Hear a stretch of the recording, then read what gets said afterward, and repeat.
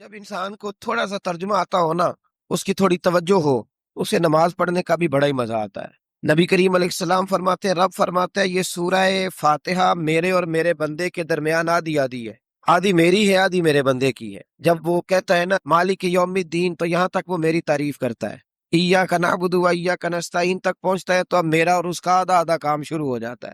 پھر آگے میرا بندہ جب مجھ سے دعا مانگتا ہے تو یہ اس کے الفاظ ہیں جو میں اپنے فضل سے قبول فرمایا کرتا ہوں۔ تو ارشاد فرمایا، تمام تعریفیں اللہ کے لیے جو تمام جہانوں کا پالنے والا ہے، الرحمن الرحیم، بڑا ہی مہربان ہے نہایت۔ یہ رحمان مبالغے کا صیغہ ہے، یعنی اتنا رحم کرنے والا کہ جتنا کوئی اور رحم نہ کر سکے، اس لیے اللہ ہی رحمان ہو سکتا ہے، بندہ کوئی رحمان نہیں ہو سکتا۔ بندے کو رحیم کہا جا سکتا ہے، نبی پاک رحیم ہے لیکن رحمان نہیں ہے، اس لیے کسی بھی انسان کا نام رحمان نہیں ہو سکتا۔ کسی دکان پر بعض اوقات لوگ نام رکھ لیتے ہیں رحمان بک ڈپو، تو یہ درست نہیں ہے۔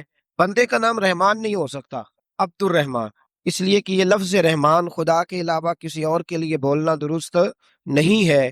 پھر ارشاد فرمایا مالک یوم الدین، اللہ مالک ہے قیامت کے دن کا۔ تو یا اللہ آج کے دن کا مالک بھی تو ہی ہے، آج جو یکم رمضان مبارک ہے تو اس دن کا مالک بھی اللہ ہی ہے۔ تو یہ جو خاص کر کہا مالک یوم الدین، اس کا معنی یہ ہے کہ یہاں کچھ لوگ عارضی طور بھی تو بعض چیزوں کے مالک ہے نا، یہ زمین میری ہے، یہ گھڑی میری ہے، یہ گھر میرا ہے، یہ بچے میرے ہیں، عارضی طور پر بھی تو لوگ مالک ہیں، لیکن قیامت کے دن عارضی طور پر بھی کوئی مالک نہیں ہوگا۔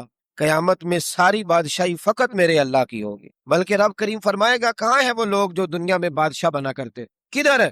بڑے بڑے کج کلا جو کہتے تھے کہ ہم اٹھتے ہیں تو لوگ اٹھتے ہیں، بیٹھتے ہیں تو دنیا بیٹھ جاتی، وہ کہاں ہے؟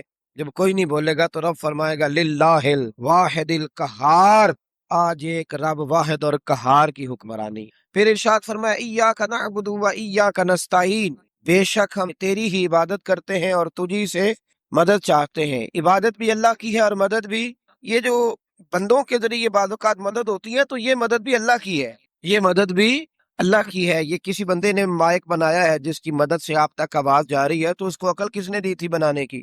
تو پھر مدد کس کی ہوئی؟ اللہ کی۔ تو دنیا میں کوئی بھی جو مدد کرتا ہے، وہ اللہ کے ولی کرے، نبی کرے، پیغمبر کرے، تو وہ مدد کس کی ہے؟ اللہ کی، اس لیے کہ وہ ذاتی طور پر کچھ بھی نہیں کر سکتے۔ اگر اللہ انہیں توفیق نہ دے وہ کسی کی مدد نہیں کر سکتے۔ تو ایاک نعبد و ایاک نستعین، ہم تیری ہی عبادت کرتے ہیں، تجھی سے مدد چاہتے ہیں۔ اہدنا الصراط المستقیم، اے اللہ ہمیں سیدھا راستہ دکھا۔ کون سا راستہ سیدھا ہے؟ کون سا راستہ سیدھا ہے؟ تو اللہ نے خود ہی فرمایا ایسے ہی نہ بھٹک جانا، راستہ سیدھا وہ ہے صراط الذین انعمت علیہم، ان لوگوں کا راستہ سیدھا ہے جن پر اللہ نے انعام فرمایا ہے۔ اور وہ کون ہے؟ قرآن مجید نے خود فرمایا انعم اللہ علیہم من النبیین والصدیقین والشہداء والصالحین، وہ نبی ہیں، صدیق ہیں، شہید ہیں اور نیک لوگ ہیں۔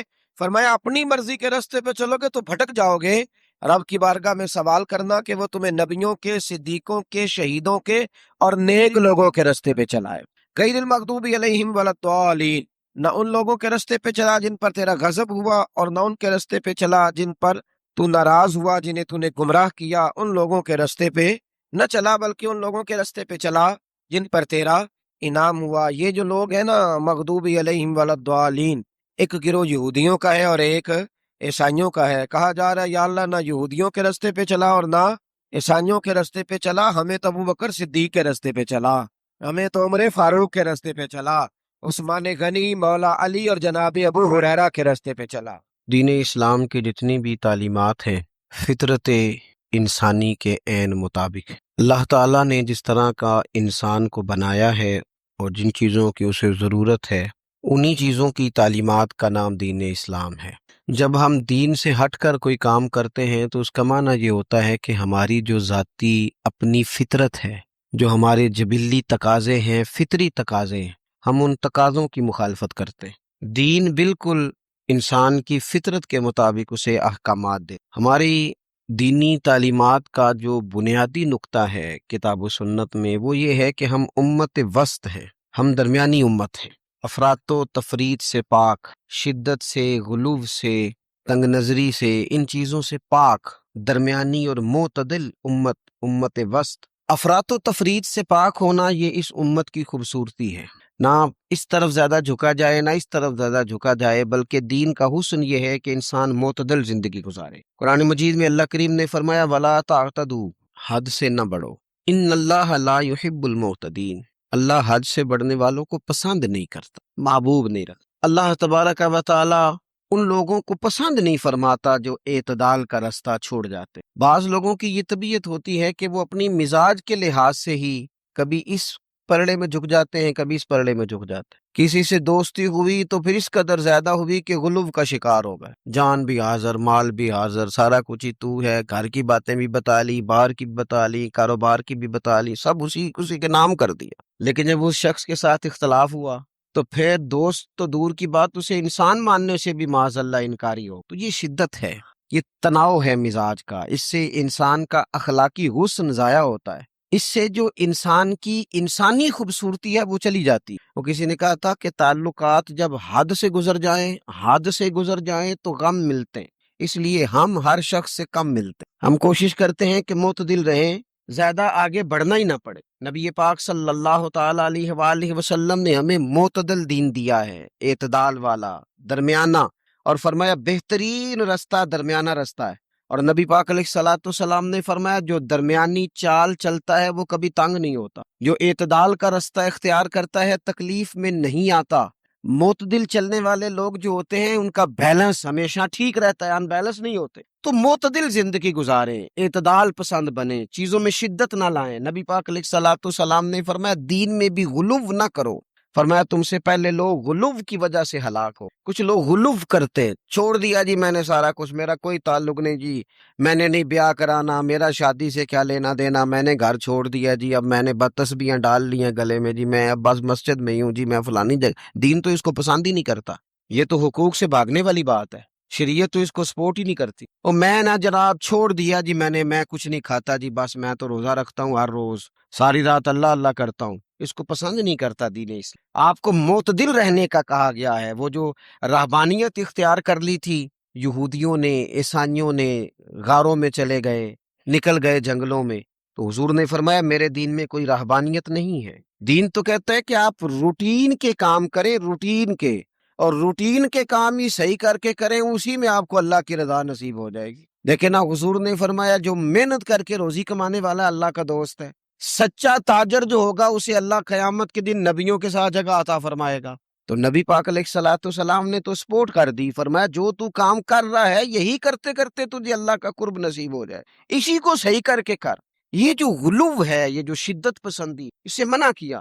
نبی پاک علیہ الصلوۃ والسلام کے گھر میں 3 صحابہ کرام علیہم رضوان تشریف لے گئے۔ انہوں نے جا کے نبی پاک علیہ الصلوۃ والسلام کی عبادت کا حال پوچھا۔ چند صحابہ گئے تو ازواج مطہرات نے ارشاد فرمایا کہ محبوب گھر تشریف لاتے ہیں، کچھ وقت آرام کرتے ہیں، کچھ وقت ہمیں دیتے ہیں، کچھ وقت عبادت میں گزارتے ہیں۔ اب وہ تو گئے تھے جا کے یہ معلومات کریں گے اوہو کہ سرور کائنات تو ساری رات اپنے رب کو یاد کرتے ہیں۔ ہمارے ہاں بھی لوگ پیری مریدی کے سلسلے میں جب کہیں جاتے ہیں تو ان کا خیال ہوتا ہے کہ جو پیر صاحب ہوتے ہیں نا جی، نہ وہ روٹی کھائیں، نہ ان کے ہاتھ میں موبائل نظر آئے، نہ وہ ہنسیں، نہ انہوں نے اچھے کپڑے پہنے ہوئے ہوں، بالکل ایک فقیر آدمی، اور جب بھی ہم جائیں نا وہ تھوڑی، اور لوگ کرتے بھی ہیں یہ کام اللہ ماشاء اللہ، لوگوں کو دکھانے کے لیے وقتی طور پر بعض جگہوں پہ یہ سلسلہ ہوتا بھی ہے، لیکن یہ وہ نارمل زندگی نہیں جو ہمیں رسول پاک نے سکھائی ہے، یہ وہ دین نہیں کہ آپ بالکل کٹ گئے اور آپ حیرت انگیز بات کر رہے ہیں اور آپ جناب بالکل دنیا کا آپ سے کوئی تعلق ہی نہیں ہے۔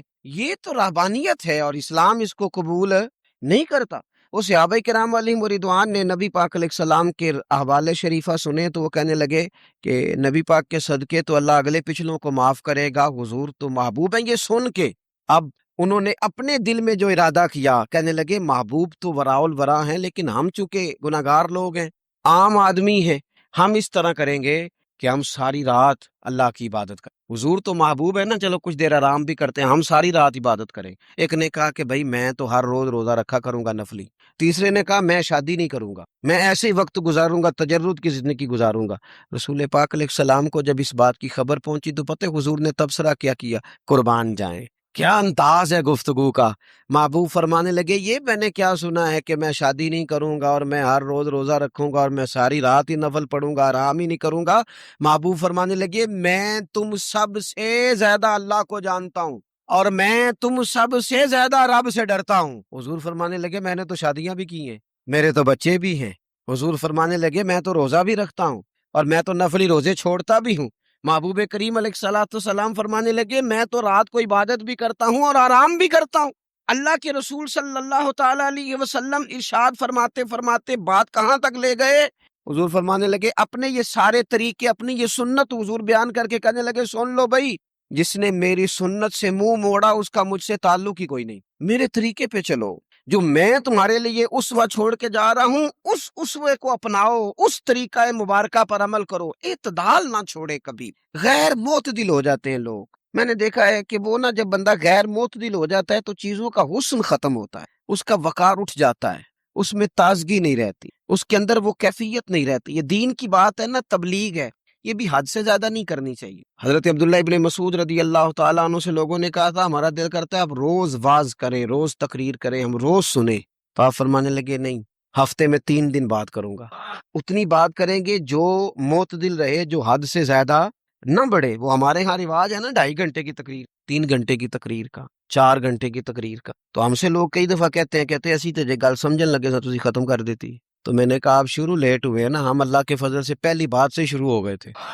ہم نے وہ آدھا گھنٹہ تمہید پہ نہیں نہ لگایا۔ تجاوز نہ کریں چیزوں سے، اعتدال میں رہیں۔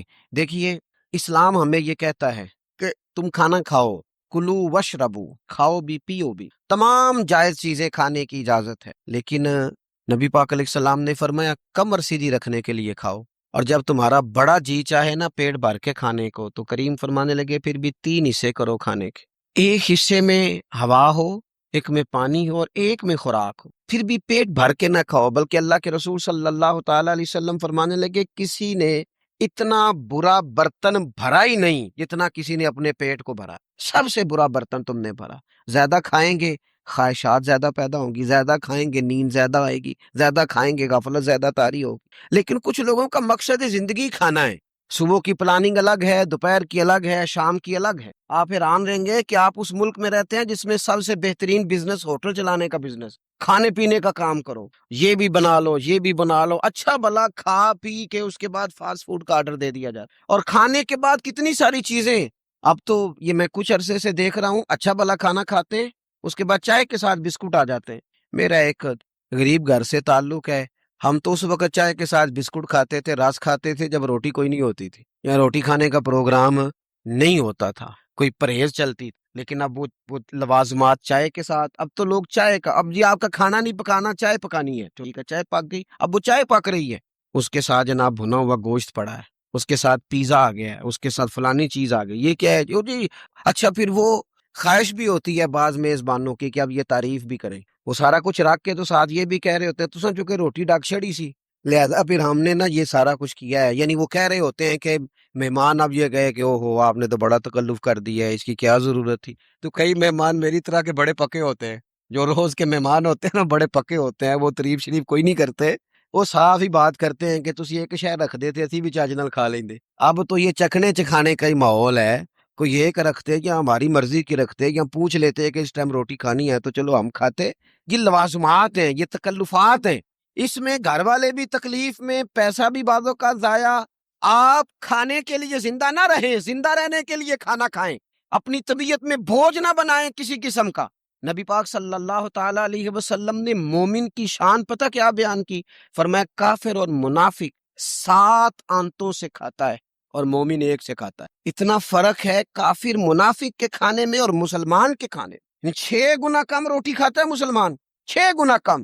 حضرت عمر فاروق ملک شام میں حضرت ابو عبیدہ بن جراح سے ملنے کے لیے گئے تو کہنے لگے اتنی دور سے آیا ہوں، سپہ سالار اور روٹی تو کھلا۔ تو انہوں نے اپنے بیگ سے رات کا خشک ٹکڑا کھانے کا نکالا اور پانی کا پیالہ دے کے کہنے لگے عمر یہ لو کھا لو۔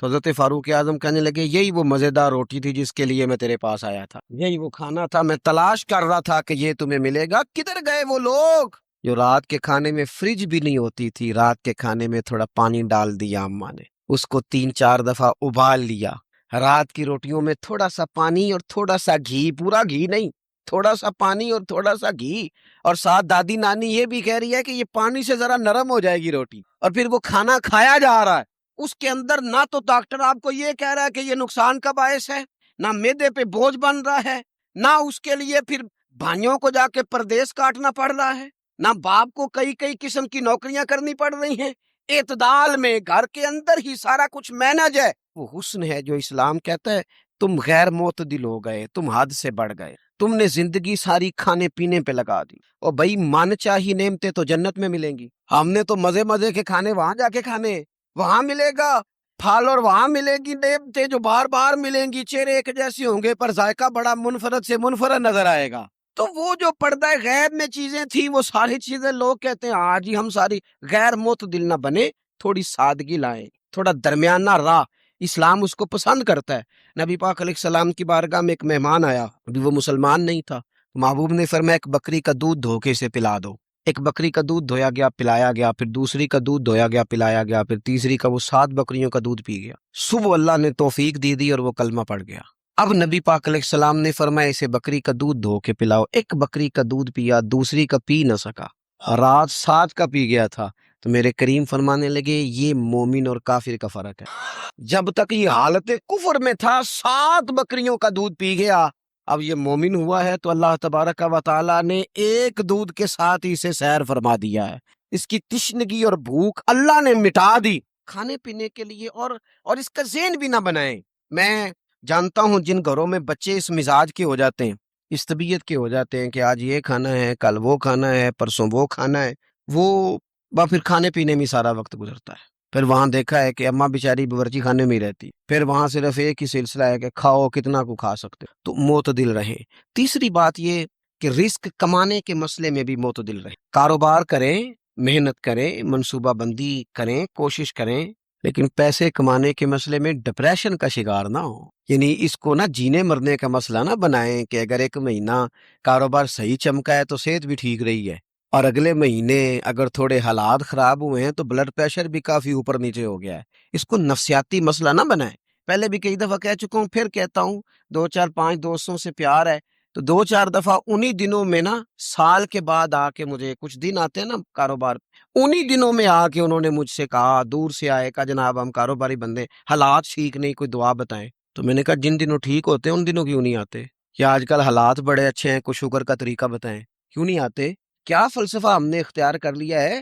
رزق کا وعدہ اللہ کا ہے، اس کو کمانے میں اور پیسے کمانے میں محنت کرنے کا حکم دیا گیا ہے۔ نبی پاک علیہ الصلوۃ والسلام نے فرمایا جدوجہد کرو، نکلو، اللہ پہ بھروسہ کر کے نکلو، جس طرح وہ پرندوں کو روزی دیتا تمہیں بھی دے گا، لیکن اس میں نفسیاتی مسئلہ نہ بنایا جائے، نفسیاتی نہ بنایا جائے۔ حضور علیہ الصلوۃ والسلام نے نا ایک جملے کے اندر اس مضمون کو اتنے حسین انداز میں سمیٹا ہے نا کہ مسلمان، یہ ابن ماجہ میں موجود ہے، مسلمان اگر ان 2 جملوں کو کبھی سمجھ جائے نا تو سکون آ جائے زندگی میں، اطمینان نصیب ہو جائے، تیقن کی دولت ملے۔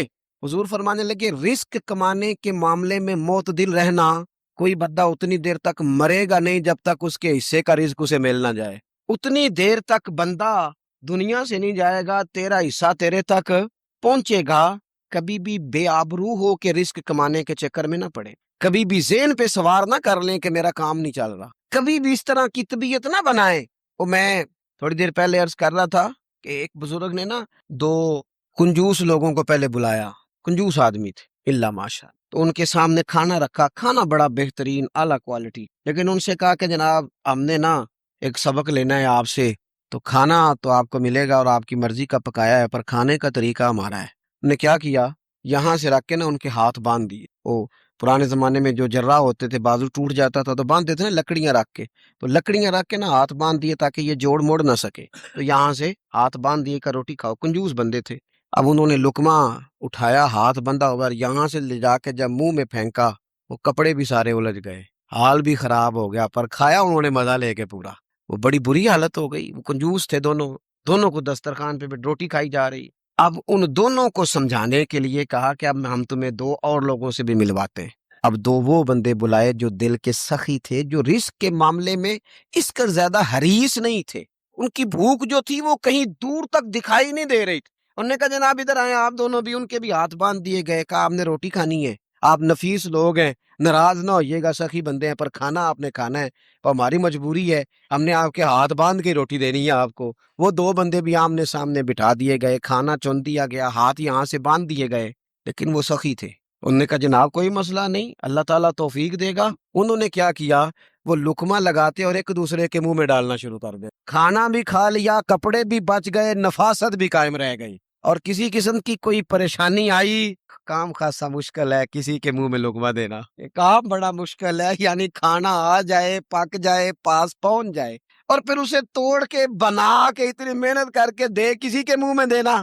لیکن یہ دے کے دیکھو کپڑے بچ جائیں گے، نفاست نظر آئے گی، حسن نظر آئے گا، خوبصورتی نظر آئے گی، اس میں لطافت محسوس ہوگی، اس میں لگے گا کہ یہ بندہ ایسا ہے جسے اللہ تعالیٰ نے اپنے فضل سے عطا فرمایا۔ تو غیر معتدل طریقہ بندے کو رسوا کر دیتا ہے، رسوا کر دیتا ہے۔ وہ مال کمانے تو نکلتا ہے لیکن وہ کمزور ہو جاتا ہے، اس کا مزاج اور طرح کا ہو جاتا ہے۔ میں نے دیکھا ہے، وہ جناب ساری دنیا چھٹی پہ ہے لیکن اس نے کہا چلو آج میں دکان کھول لیتا ہوں، گاہک کہیں بھی نہیں آئے گا تو چلو سارے آج مجھے مل جائیں گے۔ ایسا نہیں ہوتا، رزق اللہ نے تقسیم فرمایا ہے، اور جس کا ہے وہ اس تک پہنچ جاتا ہے۔ تو غیر معتدل طریقہ اور رسوائی والا طریقہ کبھی بھی اختیار، اسی طرح کا معاملہ سخاوت میں ہے۔ نبی پاک علیہ الصلوۃ والسلام نے فرمایا کہ جب صبح دن چڑھتا ہے تو فرشتے دعا کرتے ہیں، کہتے ہیں یا اللہ سخی کو زیادہ عطا فرما، اسے زیادہ دے۔ حضور فرماتے ہیں جو سخی ہوتا ہے نا، یہ لوگوں کے بھی قریب ہوتا ہے، اللہ تعالیٰ کے بھی قریب ہوتا ہے، اور جنت کے بھی قریب ہوتا ہے۔ اور یہ جو کنجوس ہوتا ہے یہ لوگوں سے بھی دور ہوتا ہے، اللہ تعالیٰ سے بھی دور ہو جاتا ہے، جنت سے بھی دور ہو جاتا ہے۔ سخاوت بڑی اعلیٰ چیز ہے، لیکن اس میں بھی معتدل رہنے کا کہا گیا ہے۔ معتدل، کچھ لوگ ایسے ہیں جو سخی نہیں ہوتے، یہ میں کوشش کروں گا تشریح آپ کے ذہن کے مطابق کر لوں۔ سخی مزاجن سخی، لیکن اگر کبھی چڑ جائے نا، وہ جتنے مرضی پیسے لے لو ان سے، مزاج میں سخاوت نہیں، لیکن اگر طبیعت ہے اس طرح کی کہ اگر ان کا ذہن آ گیا نا، کبھی کہیں کسی نے تعریف کر دی ہے، پوری خوشامد اس نے کر لی ہے، تو پھر تو جناب ساری جیب بھی آپ خالی کرا دے۔ یہ مزاج کی سخاوت نہیں ہے، یہ تو آپ کی طبیعت کا وہ ابال ہے کہ اگر کسی بندے کو پتہ چل گیا ہے کہ کس طرح کر کے آپ قابو آتے ہیں تو پھر وہ روز استعمال کرے گا، اور یہ ہوتا ہے، یہ ماحول ہوتا ہے۔ میں چونکہ مذہبی ماحول سے تعلق رکھتا ہوں، میں نے خود یہ دیکھا ہے کہ کوئی شخص اگر اس نے زیادہ بڑا منہ کھول کے لوگوں سے مانگنا شروع کر لیا ہے تو پھر تو جناب بڑی بات ہے، مہنگا آدمی۔ اور اگر کوئی اپنی وفاداری قائم رکھتا ہے، خوشامد نہیں کر سکتا، اس کی طبیعت نہیں ہے کہ وہ 20-50 لوگوں کی خوشامد کرے، 10 کو حاجی صاحب کہے، 20 کو عاشق رسول کہے، اور 30-35 کو کہے جناب بڑی بات ہے، ہم نے تو بڑا دیکھا ہے، آپ تو بڑے بہترین لوگ ہیں، تو پھر جناب وہ اگر یہ کام اسے کرنا آتا ہے تو پھر اس کا مطلب ہے اسے دہاڑی بھی اچھی لگانی آتی ہے، پھر اس کی آواز کا بھی زیادہ سریلا ہونا ضروری نہیں، پھر اللہ تعالیٰ معاف فرمائے، پھر بس ٹھیک ہے۔ اب میں کیا اس پر تبصرہ کروں، پھر تو ہم دیکھ رہے ہوتے ہیں جس کو وہ عاشق رسول کہہ رہے ہوتے ہیں نا، اور ایسی خطرناک، میرے سامنے ایک نعت خیق صاحب سے کہنے لگا، نعت حضور کی پڑھی جا رہی ہے۔ کبھی شعراء ایک کام کرتے تھے، وہ کہتے تھے شعر تیری نظر ہے، وہ غزل کا شعر ہے یا کوئی ایسا شعر ہے، لیکن ایک شعر ہے نعت کا، اس میں تو حضور کی تعریف ہے، نبی پاک کی تعریف کا شعر کسی بندے کی نظر کیسے ہو سکتا ہے جب اس میں ذکر ہی رسول پاک کا ہے؟ تو وہ نعت خان صاحب کہنے لگے، بندہ سامنے بیٹھا ہے، تھوڑا بہت میں بھی اسے جانتا ہی تھا، تو اسے کہنے لگے حاجی صاحب یہ شعر تہاڈی نظر ہے۔ میں انہوں آخیا تو مہربانی کر ایدی نظر کوئی اور شے کر لیا، یہ تو نعت ہے حضور کی، یہ نبی پاک کے لیے ہی رہنے دے، اس کی نظر تو نے کر دی ہے۔ تو نالے میں کیا ہے حاجی جنی دیر تک پیچھے بیٹھا سی اونی دیر تو نظر کیتی نہیں، ان دتھیاں لے کے سامنے آئے تھے تو نظر نیاز شروع کر لی۔ نہ کریں یہ کام، اس سے کوفت پہ، اور آپ یقین کریں میں ذمہ داری سے کہتا ہوں یہ کام کرنے والا بھی تنگ ہوتا ہے، اور جس کے لیے کر رہا ہوتا ہے پتہ اسے بھی سارا ہی ہوتا ہے کہ یہ چکر کیا چل رہا ہے، سب پتہ ہوتا ہے۔ تو اس تکلف میں جب انسان کام کرتا ہے تو کہاں تک بات جاتی؟ سخاوت کرے لیکن چڑھ کر کوئی کام نہ کرے۔ نبی پاک علیہ الصلوۃ والسلام نے فرمایا، حضور فرمانے لگے اس طرح خیرات نہ کرنا کہ تمہارے اپنے بچے بعد میں لوگوں کے سامنے ہاتھ پھیلاتے۔ حضرت سعد بن ابی وقاص رضی اللہ تعالیٰ عنہ نے عرض کیا تھا، یا رسول اللہ صلی اللہ تعالیٰ علیہ وسلم، میں سارا مال اللہ کی راہ میں خیرات کرنا چاہتا ہوں، میری ایک ہی بیٹی ہے، میں چاہتا ہوں سارا اللہ کے راستے میں دے دوں۔ تو حضور فرمانے لگے نہیں بھائی، تو چوتھا حصہ دے، 3 حصے اپنی بچی کے لیے، بیویوں کے لیے، باقیوں کے لیے رکھ لے، لیکن تو یہ کام نہ کر۔ تو میرے عزیز زندگی میں خرچ کرنے میں بھی اعتدال کا مظاہرہ کریں۔ مجھے پتہ ہے اچھی طرح کہ ہمارے ہاں ایک مزاج بن جاتا ہے، طبیعت بن جاتی ہے کہ اگر کسی شخص کو آپ تھوڑی سی مدد کرتے ہیں تو وہ سمجھتا ہے کہ اگر اس نے مجھے 20,000 دیا ہے تو یقیناً اس کے گھر میں 50 لاکھ پڑا ہے، وہ پھر اگلے ہفتے دوبارہ آتا ہے ایک نئی مجبوری کا بھی اظہار کر۔ یہ ساری چیزیں ہوتی ہیں، ان چیزوں کے بیچ ہی آپ کو نیکی کرنی ہے، لیکن افراط و تفریط سے بچنا ہے۔ اسی طرح کا معاملہ اپنی زندگی کے دیگر معاملات میں کریں۔ نبی پاک علیہ الصلوۃ والسلام نے نا سادگی کو پسند کیا، حضور سادگی کو پسند کرتے، کھانے کے معاملے میں بھی اور کپڑوں کے معاملے میں، لیکن اچھا لباس پہننے کی اجازت دیتے۔ حضور علیہ الصلوۃ والسلام نے ایک موقع پر ارشاد فرمایا کہ اگر کسی بندے کے پاس گنجائش ہے تو اسے اجازت ہے کہ 2 جوڑے کپڑوں کے کام کاج کے لیے رکھ لے، 2 جوڑے جمعے کے لیے رکھ لے۔ اور نبی پاک صلی اللہ تعالی علیہ وسلم نے ایک شخص کو دیکھا جو مالدار تھا، لیکن اس کے کپڑے پھٹے پرانے تھے، لباس پرا گندا تھا، بال بکھرے ہوئے تھے۔ تو اللہ کے محبوب علیہ السلام نے فرمایا تیرے اوپر اللہ کا فضل ہے، اور رب جب فضل کرے تو پھر اللہ فضل دیکھنا پسند بھی فرمایا تو اچھا لباس پہن، حرج کوئی نہیں، لیکن اپنا رسول پاک علیہ السلام کا طریقہ مبارکہ یہی تھا کہ سیدہ عائشہ صدیقہ فرماتی ہیں کہ یہ وہ لنگی مبارک ہے اور یہ وہ پیوند والا کرتا مبارک ہے، اسی میں محبوب نے اپنی جان اپنے رب کریم کی بارگاہ میں پیش کر دی۔ اور فرماتی ہیں کتنے کتنے دن گزرے کہ رسول پاک علیہ الصلوۃ والسلام نے کھانا تناول نہیں فرمایا، کتنے کتنے دن گزرے۔ میں اس ساری بات کو اگر سمیٹوں نا تو میں یہ نوجوان اگر میری بات پر غور کریں تو اسلام کہتا ہے حضور خود کنگھی بھی فرماتے تھے، تیل بھی لگاتے تھے، امامہ بھی باندھتے تھے، سرما بھی پہنتے تھے، سادہ لباس پہنتے تھے لیکن صاف ستھرا۔ اسلام آرائش کی اجازت دیتا ہے، زینت کی اجازت دیتا ہے۔ آپ کنگھا کریں، تیل لگائیں، خوشبو لگائیں، سرما لگائیں، صاف لباس پہنے، کپڑے دھلے ہوئے پہنے۔ حضور نے حکمن کہا، تاکیدن کہا کہ جمعے والے دن نہا کے مسجد میں آیا کرو۔ اسلام آرائش کی اجازت دیتا ہے، بس نمائش سے منع کر، دکھاوا نہ کرو، نمائش نہ کرو۔ یہ نہ کہو کہ میں نے اتنے لاکھ کا پہننا ہے، ذرا لگ پتا جائے لوگوں کو۔ یہ نہ مزاج بناؤ کہ اوہو یہ تو میں نے جناب پچھلے ہفتے بھی پہنا تھا، یہ تو میں نے منگنی والے دن بھی پہنا تھا، نکاح والے، یہ نمائش ہے۔ نمائش سے اسلام منع کرتا ہے۔ اللہ کے پیارے رسول صلی اللہ تعالی علیہ وسلم نے فرمایا جس نے دنیا میں شہرت کا لباس پہنا، اس طرح کا لباس پہننا چاہا، اس طرح کے کپڑے زیب تن کرنا چاہے جس سے محسوس ہو کہ میں ایک بڑا آدمی ہوں، میں مالدار آدمی، جس نے دنیا کے اندر شہرت کا لباس پہنا، اللہ قیامت کے دن اسے ذلت کا لباس پہنائے گا۔ یہ معتدل کیوں نہیں رہا؟ اس نے کیوں حد سے تجاوز کیا؟ اس کو اس طرح نہیں کرنا چاہیے تھا۔ رسول رحمت صلی اللہ تعالی علیہ وآلہ وسلم نے ہمیں جس چیز کی اجازت دی ہے وہ کام ہم کر سکتے ہیں، اور جس سے نبی پاک علیہ الصلوۃ والسلام نے ہمیں روکا ہے اس کام سے ہم نے بچنا ہے۔ ایک اور بات بھی خاص اور بالخصوص نوجوانوں سے کرنی ہے، وہ خاص جس طرح کھانے پینے میں معتدل رہیں، کمائی کرنے میں معتدل رہیں، خرچ کرنے میں اعتدال کا مظاہرہ کریں، لباس میں اعتدال کا مظاہرہ کریں، اسی طرح نا یہ آرام کرنے میں بھی ذرا معتدل رہیں۔ بہت زیادہ آرام کرنے لگ گئی ہے نئی نسل، آپ ضرورت سے زیادہ بھی سو لیں تو تھکاوٹ بڑھ جاتی۔ اگر انسان اتنا ہی آرام کرے نا جتنا اس کی طبیعت کے لیے ضروری ہے تو اس میں طبیعت فریش رہے گی۔ لیکن اگر آپ کہیں، وہ ایک دوست ہیں ہمارے، تو ان کو جب تک کوئی اٹھائے نہ تو اٹھتے نہیں، تو گھر والوں نے ایک دن ارادہ کیا کہ آج صبح نہیں اٹھانا، دیکھتے ہیں کتنے بجے اٹھتا ہے، ماشاءاللہ شادی شدہ ہیں، بچے ہیں، تو کہنے لگے جی پھر اللہ کے فضل سے میں 2 بجے خود ہی اٹھ گیا۔ رات ایک شخص سویا ہے اور اگلے دن 2 بجے سویا ہے۔ تو اب انہوں نے تو یہ بات محبت میں کی، تو پھر میں نے ان سے یہ پوچھا، میں نے کہا یہ بتائیں کہ آپ چلیں رات آپ سو گئے، سمجھ لیں آپ سو گئے 2 بجے رات کو، 12 گھنٹے کے بعد اگر آپ اٹھے طبیعت کیسی؟ کہنے لگی فریش نہیں۔ تو میں نے کہا فریش تبھی ہوتی ہے اگر آپ فجر میں اٹھ کے وضو کر کے نماز پڑھتے، فریش یہ تبھی ہوتی ہے اگر آپ سحری آپ اپنی روٹین کے مطابق اٹھتے اور اپنی ڈیوٹی پہ جاتے، واپس آتے اور تھک کے سوتے۔ بہت زیادہ آرام پسندی، اور جب سے یہ ساتھ موبائل اٹیچ ہوا ہے، ایک کونا مل جائے، ایک تکیہ مل جائے اور موبائل کی بیٹری موجود ہو اور سروسز اس کی ساری ٹھیک ہو، پھر ہمیں آواز کوئی نہ دے۔ اس سے کیا ہوتا ہے؟ وجود بالکل سست ہو جاتا ہے۔ آپ کو اللہ تعالیٰ نے جو قدرتی صلاحیتیں دی ہیں، آپ جو کچھ کر سکتے ہیں اپنے گھر کے لیے، وطن کے لیے، ماں باپ، وہ آپ نہیں کر پائیں گے۔ زنگ آلود ہو جائے گا وجود، ہر وقت کی تھکاوٹ، ہر وقت کا مزاج کے اندر سستی کا آ جانا، اعتدال سے نہ نکلے۔ نیند 7-8 گھنٹے بہت کافی ہے، اور وہ بھی میں آپ کو ایک ذاتی بات بتاتا ہوں، اگر اللہ چاہے نا بندے کی نیند پوری ہو تو کئی دفعہ صرف 20 منٹ آنکھ لگ جائے تو بندہ فریش ہو جاتا ہے، اور اگر منظور نہ ہو مالک کریم کو تو پھر ٹھیک ہے، لوگ لیٹے ہوئے۔ اللہ کے پیارے رسول صلی اللہ تعالی علیہ وسلم نا بہت زیادہ آرام طلبی کو پسند نہیں کرتے، مسلسل جد و جہد۔ گھر آئے، کچھ دیر آرام کیا، نماز شروع کر لی، حضور تہجد میں اٹھ گئے، پھر حضور فجر میں اٹھ گئے، دوپہر میں تھوڑا سا آرام فرماتے تاکہ رات کو بیدار رہنا آسان ہو، لیکن بہت آرام پسندی۔ ہمارے حضرت صاحب فرمایا کرتے تھے زمین کے اوپر کام، نیچے جا کے آرام۔ وہ کسی نے کہا تھا جاگنا ہے جاگ لے افلاک کے سائے تلے، پھر تو حشر تک سوتا رہے گا خاک کے سائے تلے۔ سونا ہی ہے نا، مرنے سے لے کر قیامت تک سونا ہے نا۔ تو اب تو جاگنے کا وقت ہے۔ نبی پاک صلی اللہ تعالیٰ علیہ وسلم نے حضرت معاذ ابن جبل رضی اللہ تعالیٰ عنہ کو یمن کا گورنر بنا کے بھیجا تو نصیحت فرمائی۔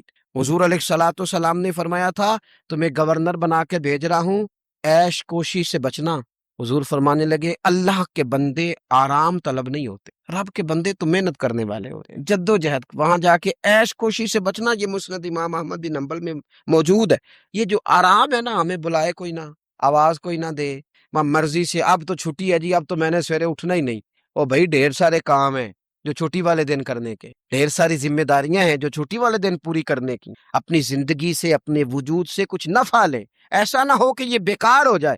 لیکن اگر زندگی صرف اور صرف کھانے پینے میں، لباس پہننے میں اور باتیں کرنے میں لگ جائے تو پھر تو آپ بیکار ہو جائیں گے۔ پھر تو محسوس ہوگا کہ جیسے انسان نہ خوابوں کی دنیا میں زندہ ہے، باتوں کے ساتھ اپنے دل کو مطمئن کرتا ہے۔ اس نے اچھا لباس پہن لیا ہے، بس آئینے میں اپنے آپ کو دیکھ کے خوش ہوتا رہتا ہے، طرح طرح کے کھانے منگاتا رہتا ہے، بس زبان کے ذائقے پورا کرتا رہتا ہے۔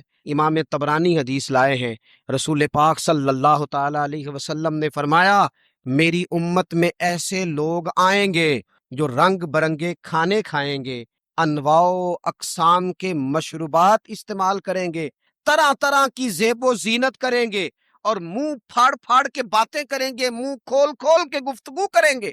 حضور نے پتہ کیا فرمایا؟ فرمایا یہ میری امت کے بدترین لوگ ہیں، یہ بدترین لوگ ہیں جن کا مقصود ہی صرف لباس پہننا ہے، مقصود ہی صرف کھانے کھانا ہے، مقصود ہی منہ کھول کھول کے باتیں کرنی ہے۔ ان لذات میں جو لوگ پوری طرح الجھ گئے، کوئی خیر کا کام، کوئی مقصد زندگی کی طرف ہی نہ بڑھ سکے، یہ بدترین لوگ ہیں۔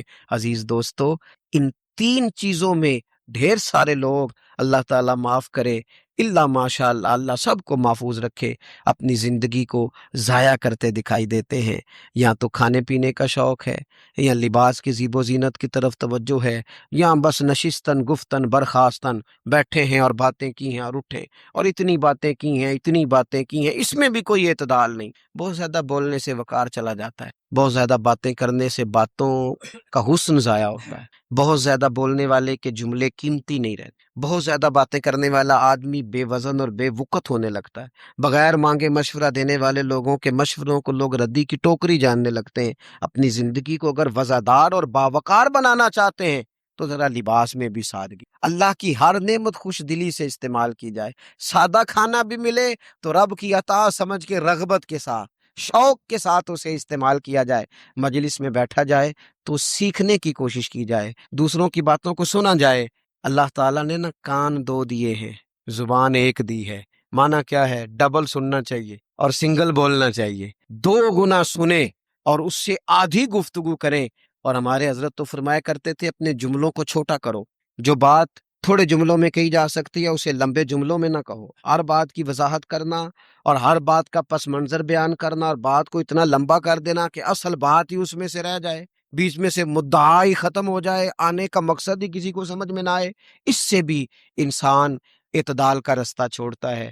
تو فرمایا ولا تعتدوا، حد سے نہ بڑھو، ان اللہ لا يحب المعتدین، اللہ حد سے بڑھنے والوں کو پسند نہیں کرتا۔